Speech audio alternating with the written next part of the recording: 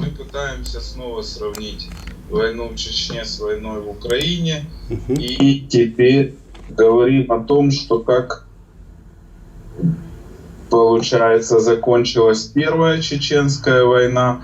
И вот пока я с разными героями разговариваю, мне мысль у меня такая появляется, что все-таки у нас сейчас уже вторая чеченская война. Да, понимаю. Потому что у нас были Минские договоренности. Фактически Россия откатилась, собрала силы и снова напала. То есть это же фактически то же самое, что сделал генерал Лебедь в 96-м году.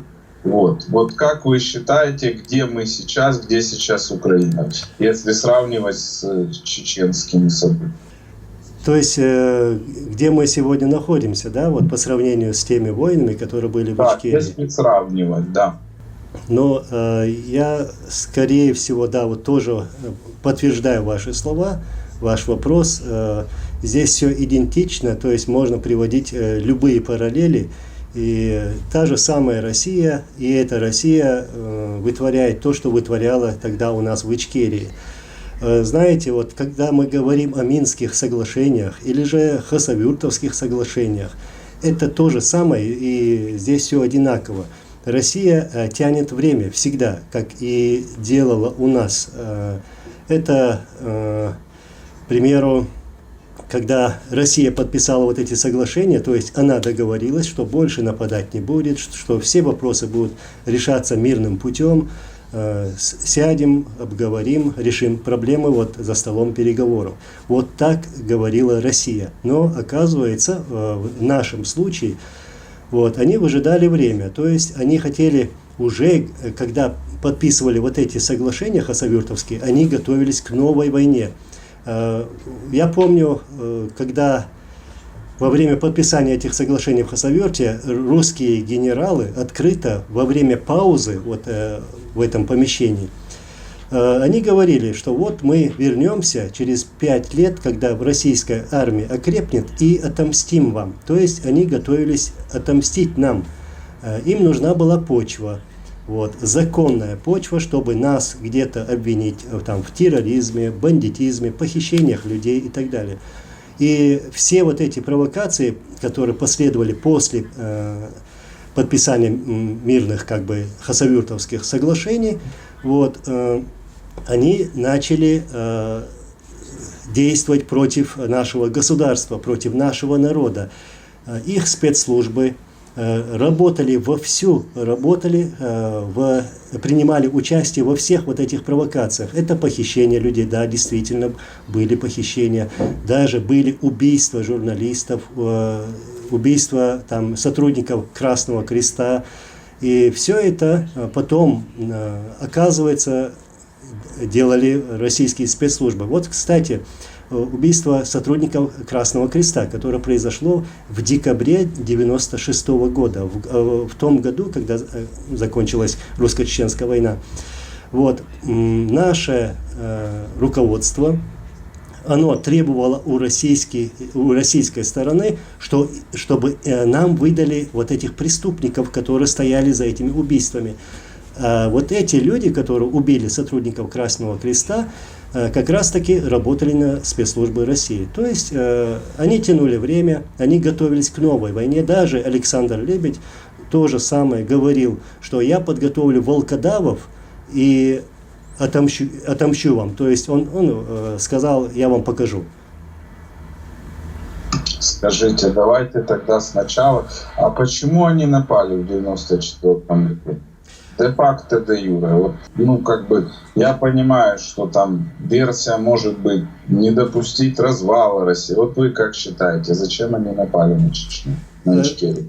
Если вспомнить те времена, то единственными республиками, которые действительно готовы были бороться за свою свободу, это были мы, как оказалось.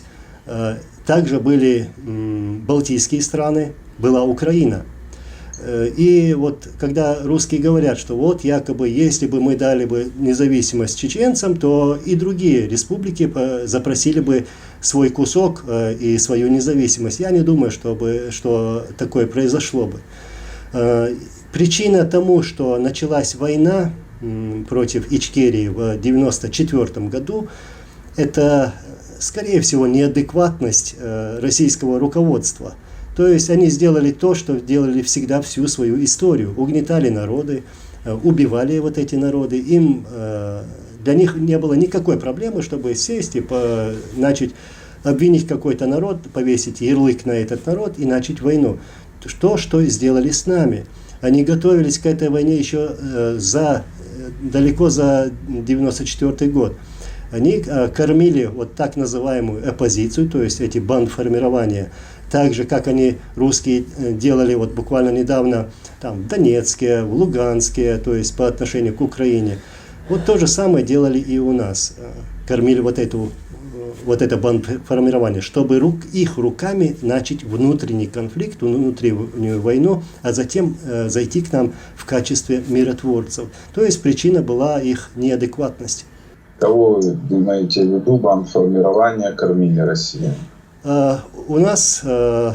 Допустим, смотрите, в Украине был кум Путина Медведчук, собственно говоря, человек с большими деньгами, который вбрасывал деньги в политику, в телевидение, абсолютно как бы с неисчерпаемым ресурсом.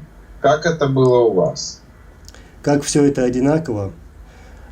Почерк России. У нас есть такие фамилии: Залгаев, Гантемиров, Лобазанов, там, и другие, которые вот, работали на спецслужбы России, на правительство России. Они были готовы к тому, чтобы русские вошли бы вот так крупно, масштабно, вот начали войну и убили бы чеченцев, но для того, чтобы прийти к власти в Чечне. То есть они тоже являются вот в этом списке вот виновников. Это предатели нашего народа. Такие же предатели есть и в Украине. То есть все одинаково. Смотрите, переворот, когда попытка свергнуть Дудаева, россиян, когда вылавливали из танков. Но это же фактически та же история, как и в ДНР и ЛНР. То есть зашли, то есть было какое-то там, какие-то люди, чеченцы, предатели, но основная масса, я так понимаю, это были обученные русские солдаты. Это были элитные войска России. Это Таманская дивизия, это Кантемировская танковая дивизия. Вот, были такие военнослужащие. Это офицеры, это там и солдаты, военнослужащие, которые действительно находились в вот этих танках, которые вошли 26 ноября 1994 года. Это был первый позорный штурм Грозного со стороны вот России. То же самое, вот как еще раз повторюсь, Россия, вот вы помните, вы знаете, когда вот они говорили, наши там военнослужащие не участвуют в войне там в Украине, то есть нет таких. Вот то же самое, когда мы захватили в плен в этот день, 26 ноября 1994 года, когда захватили вот этих офицеров и военнослужащих, мы их показали, и они сами признавались, вот. И даже тогда Россия говорила, это не мы, это мы не знаем кто. Затем, что произошло после этого? Российская авиация начала наносить ракетные удары по территории Ичкерии. Это вертолеты Ми-24, там Су-25, они бомбили Ичкерию. И даже тогда они говорили, что мы не знаем, чьи это самолеты, мы не знаем, кто бомбит Ичкерию, как бы так. Но это была российская армия. Хотел спросить такое, а как же получилось? Грозный за 2 дня, колонна там, и насколько я читал, 150 тысяч военнослужащих, да, заходила в Ичкерию и шло этой колонной на штурм Грозного. В Киеве, Киев за 3 дня, у вас Грозный за 2 дня, нам дали немножко больше времени. Как у вас все-таки Насколько я понимаю, войска не были так вооружены даже по сравнению с Украиной. То есть это были ополченцы просто с автоматами и с какими-то переносными противотанковыми оружиями. Грачев нам давал там 2 часа. Да, 20 часа возьмет Грозный, они водрузят флаг, как на Рейхстаг, и все, война якобы там закончится. То есть давали 2 часа. Не получилось. Прошло почти 2 года, мы воевали столько, сколько могли, ну и война завершилась в 96 году в августе.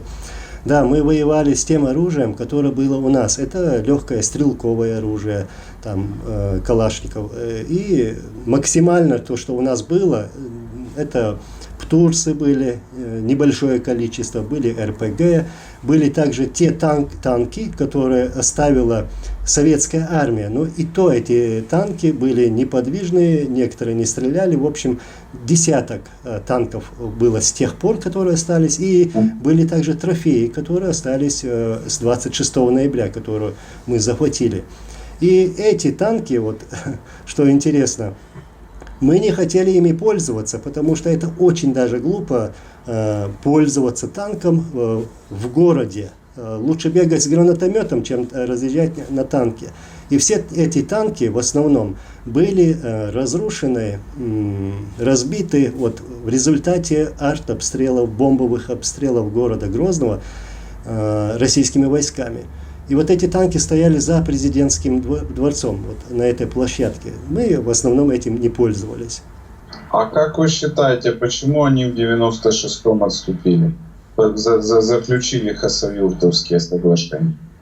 Потому что мы их заставили. Я помню, отец работал над этой картой, над этой операцией под названием «Джихад», то есть священная война, которую мы вели против России, к нам пришел оккупант. Вот, и эта операция была готова даже в начале 96 года, но мы не могли провести вот эту операцию, потому что у нас были где-то какие-то договоренности, то есть до этого у нас были мирные переговоры, то есть мы следовали этим соглашениям, этим договоренностям. И у нас руки были завязаны. Но когда российская армия начала бомбить в июле, начала бомбить мирные селения, когда российская авиация убила мирных жителей, это в Веденском районе, то у нас эти руки развязались, и мы провели вот эту операцию 6 августа 1996 года. И это была действительно блистательная такая, очень хорошо подготовленная операция. Мы вошли в город маленькими группами, мы окружили все, что возможно окружить. Это российские базы, блокпосты, дороги были заминированы. Русские солдаты и офицеры вот буквально рыдали, они просили помощи, просили подкрепления, боеприпасы, но передвигаться по городу они не могли. И они были вот в этой блокаде, и в результате этой блокады они отступили, они капитулировали. Я спрошу, а кто, собственно, военачальник? Это ваш отец? Да, операцию разработал. Все-таки, очень круто. Это Донбасс. Чеченцев было, по-моему, до 1500, да, получается, и огромное количество россиян. Как обычно, да, их много. Это все рода войск России, можно сказать, внутренние войска, там танковые и так далее, ФСБ. Их было настолько много, что больше туда в республику или в город Грозный не поместилось бы. Нас было очень мало, действительно очень мало. И такие активные бойцы, которые действительно вот на первом ряду стояли, их было очень мало. И как вы спросили, да, действительно, эту операцию разработал Аслан Масхадов, то есть мой отец, и руководил этой операцией также Аслан Масхадов. То есть он как на белом коне впереди авангарда шел.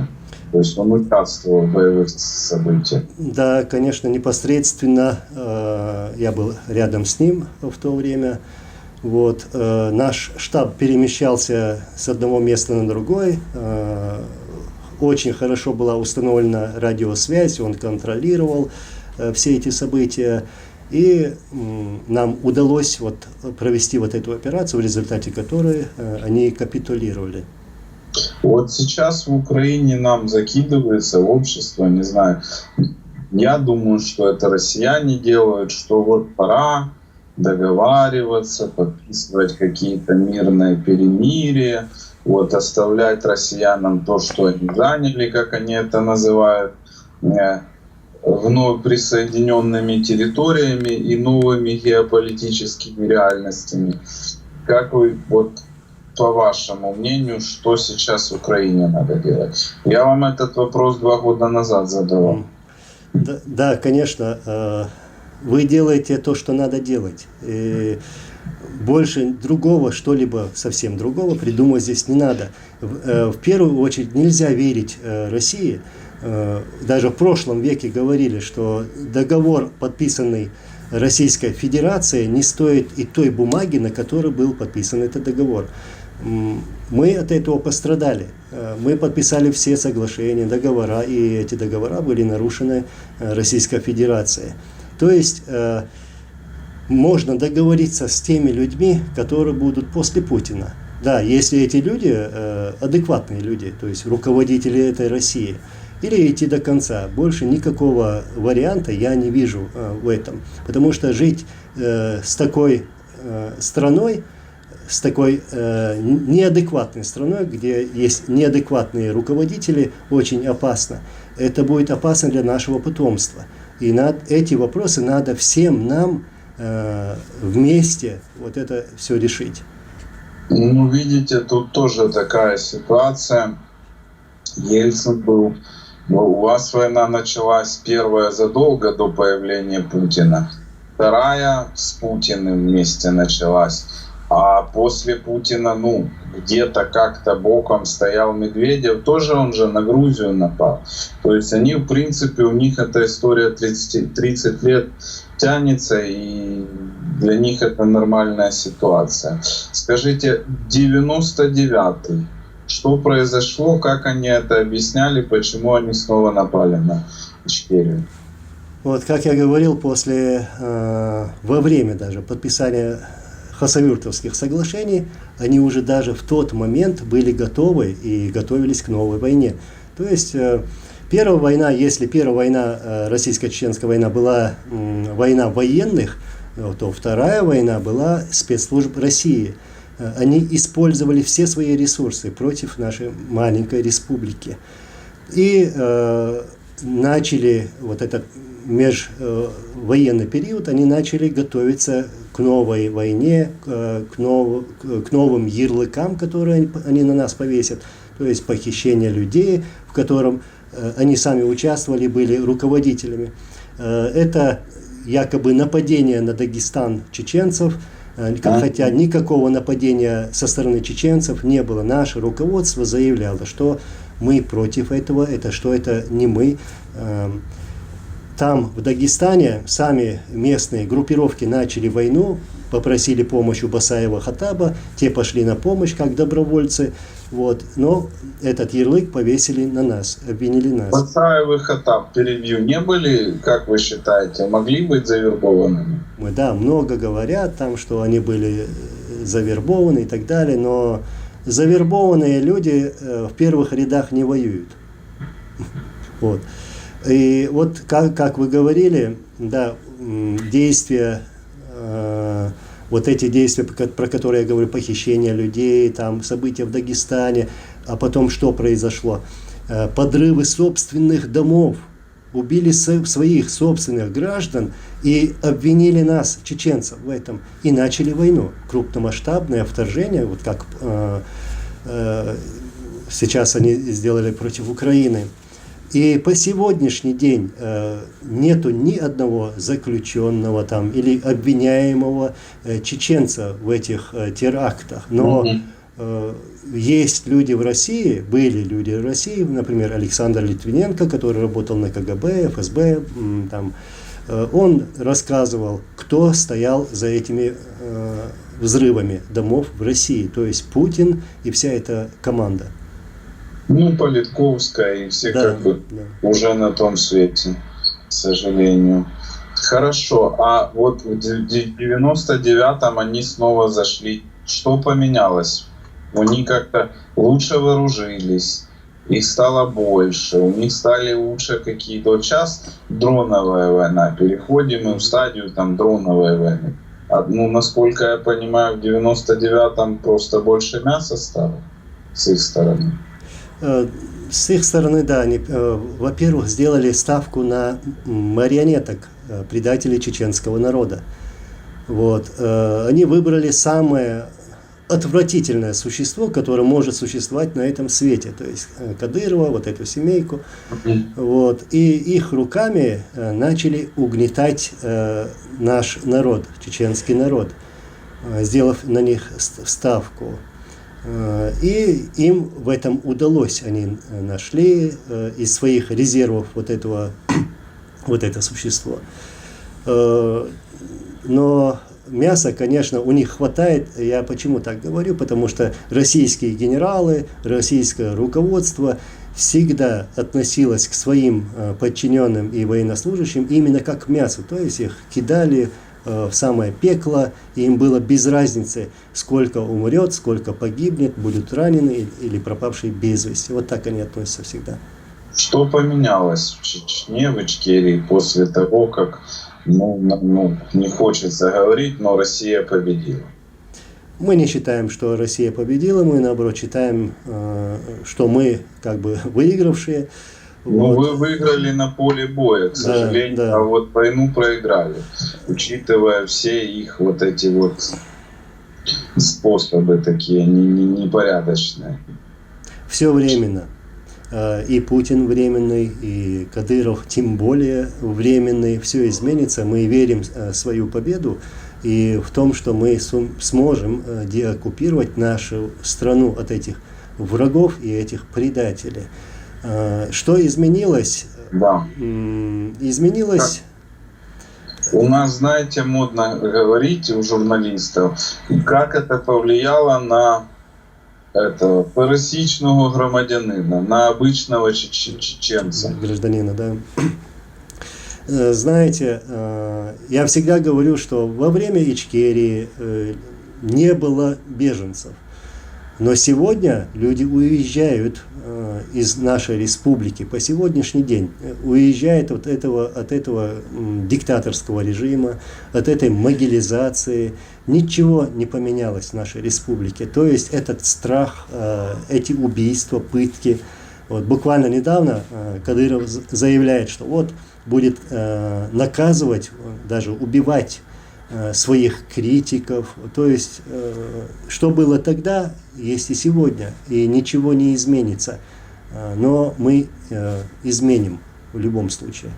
То, что говорили россияне, чеченцы, выкрадают людей, там какие-то, то есть, как у нас, получается, все наоборот, да, получается, на 180 градусов разверни, и получается, что Кадыров сейчас делает то, в чем вас обвиняют. Грубо говоря. Да, вот именно, скажем, я говорил про похищение людей в межвоенный период. Вот эти люди, я их даже могу пофамильно называть, к примеру, там, братья Ямадаевы, вот эти же самые Кадыровы, Адам Дениев и так далее. Вот все эти люди в то время, когда началась Вторая русско-чеченская война в 1999 году, были на стороне России. То есть они сняли с себя маски и работали открыто уже на Россию. И они тоже были вот виновны в этих похищениях людей в межвоенный период. А что сейчас с Кадыровым? Ну, вы видели вот его вот это все? Вот это все я видел, как раз таки об этом и подумал. Проблемы со здоровьем, что-то очень даже нехорошо у него со здоровьем, опух, в общем. Я не знаю, но скорее всего скоро уже разойдется по швам. Ну, я так понимаю, он сына готовит. Сейчас же у него сын там какой-то 44-кратный герой регионов России, что-то у него. Он как Брежнев уже, наверное, даже круче Брежнева. Вы опять же читаете мои мысли, я как раз таки о Брежневе подумал. Действительно, они разрекламировали вот его сына, там он командир какого-то подразделения, медальки, там значки вешают на него разные, и пиарят его. Ну, какая разница, что Кадыров старший, вот этот или младший, одно и то же. Но я не думаю, что мы дойдем до этого. Не думаю. Скоро что-то изменится в самой России, а потом уже автоматически изменится и у нас тоже. Я вот последний, собственно, вопросы мои о том, как у вас дела. Я, насколько понимаю, Украина признала Ичкерию страной оккупированной. И я так понимаю, что признают, наверное, и вот ваше объединение за границей. Вот расскажите, на каком этапе сейчас построение оппозиции ичкерийской? Что происходит? Вы там, может быть, армию готовите какую-нибудь?